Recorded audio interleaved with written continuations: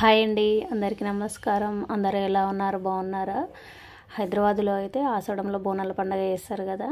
వేరే వేరే ప్లేసెస్లో అయితే శ్రావణ మాసంలో చేస్తారు. ఇక్కడ మాత్రం ఆషాఢంలో చేస్తారు అనమాట. మేమున్న ఏరియాలో మాత్రం ఆషాఢం 4వ వారం ఆదివారం రోజునైతే లాస్ట్ వీక్లో చేస్తారనమాట బోనాల పండుగ. అందుకే ఉదయాన్నే లేచి వాకిలి కనుక కడుక్కొని ముగ్గులు పెట్టేసుకొని కలర్లు వేసుకొని మంచిగా పూజలు కనుక చేసుకొని ఇంకా గుడికి అయితే వెళ్దామనేసి మేమైతే రెడీ అయితే ఉన్నాము. ఇంకా నేనైతే ప్రతి సంవత్సరము దేవతకైతే చీర, జాకెట్, పూలు, పండ్లు, గాజులు, ఈ కొబ్బరికాయ ఇవన్నీ దీపాలు పెట్టడం ఇవన్నీ అయితే చేస్తా అండి. నేను ఏ విధంగా చేసుకుంటానో అదైతే చూపిస్తున్నా. పసుపు కుంకుమ అన్నీ అయితే రెడీ అయితే పెట్టేసుకొని ఇంకా గుడికి అయితే వెళ్తున్నాం అన్నమాట. మేము ప్రతి సంవత్సరం కూడా ఇట్లనే చేస్తానండి. హైదరాబాద్ వచ్చిన కొత్తలో అయితే ఒక 2-3 సంవత్సరాలు అయితే చేయలేదు. తర్వాత అయితే ఇంక ఇట్లా అలవాటు అయిపోయింది అనమాట. ఇంట్లో పూజ అయితే రెడీ అయిపోయింది. ఇంకా మేమందరం అయితే రెడీ అయిపోయినాము. మా పాప, మా బాబు, మా ఆయన కనుక ఇంకా రెడీ అయిపోయినాం. మేమైతే ఇంకా వెళ్తున్నాం. మా ఇంటి పక్కనేనండి గుడి, అక్కడికైతే వెళ్తున్నాం అన్నమాట. ఇంట్లో బయట పూజ అయితే అయిపోయింది. అయితే ఇక్కడ గల్లీ గల్లీ కూడా ఒక గుడి అన్నది ఉంటుందండి. ఇంకా ముత్యాలమ్మ తల్లి, ఎల్లమ్మ తల్లి, మైసమ్మ తల్లి, ఇట్లా చాలా చాలా రకాల పేర్లు ఉంటాయి. కానీ ఏ దేవత అయినా ఆ దేవత అన్నమాట. ఏ పేరు ఉన్నా కూడా మేమైతే గుడికి వచ్చేసినాము. అయితే చూడండి, మన సంస్కృతి సాంప్రదాయాలు మన గుడి బయటనైనా లోపలైనా ఉంటాయి కదా.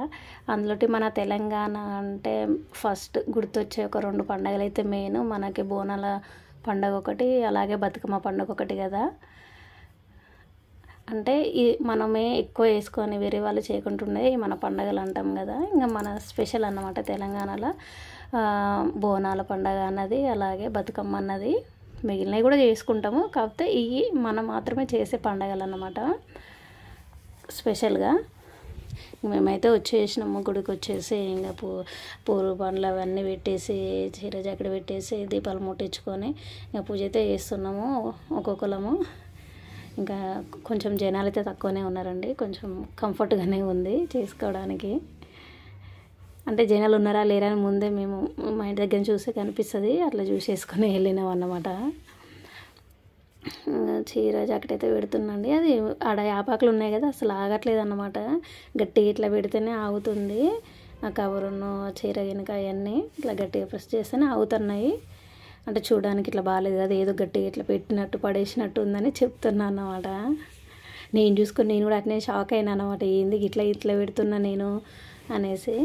ఇంకా చీర జాకెట్, గాజులు, పూలు, పండ్లు అవన్నీ అయితే పెట్టేసి నేనైతే పూజ చేసేసుకున్నా ముందు. అయితే బోనం అయితే చేసే పద్ధతి అయితే ఉందండి. కాకపోతే ఇంకా మా అమ్మ వాళ్ళు, మా అత్తగారు వాళ్ళు అయితే చేస్తారు. నేనైతే ఇప్పటివరకు అయితే చేయలేదు. మాకు హైదరాబాద్లో సొంత ఇల్లు అయినాక చేస్తా బోనం అనేసి నేనైతే మొక్కినా అనమాట. మా సొంత ఇల్లు అయినాక బోనం అయితే చేయాలి. బోనం ఒకటే చేయనండి, మిగిలినైతే చేసుకుంటాం అనమాట. ఇంకా అవైతే అయిపోయినాయి. ఇంకా దీపం ప్రత్యేకంగా ముట్టిస్తే ఇంకా గుడి చిన్నగా ఉంటుంది, ప్రతి ఒక్కరు ఇంకొక దీపం ముట్టిస్తే ఎట్లా అనేసి నేనైతే ఆయిల్ తెచ్చేసి ఇంకా ఉన్న దీపాలనే అన్ని దీపాలలో కొంచెం అయితే ఆయిల్ అయితే వేసేసుకున్నా. ఇంకా నా పూజ అయిపోయింది. ఇంకా మా పిల్లలు కూడా, వాళ్ళు కూడా అగరవత్తులు ముట్టడం, పసుపు కుంకుమలు వేయడం మా ఆయన కూడా చేస్తుండన్నమాట. ఇలా మీరు ఎంతమంది చేసుకుంటారో ఒక కామెంట్ చేయండి. మీకు కనుక వీడియో నచ్చితే లైక్ చేయండి, సబ్స్క్రైబ్ చేసుకోండి. Thank you.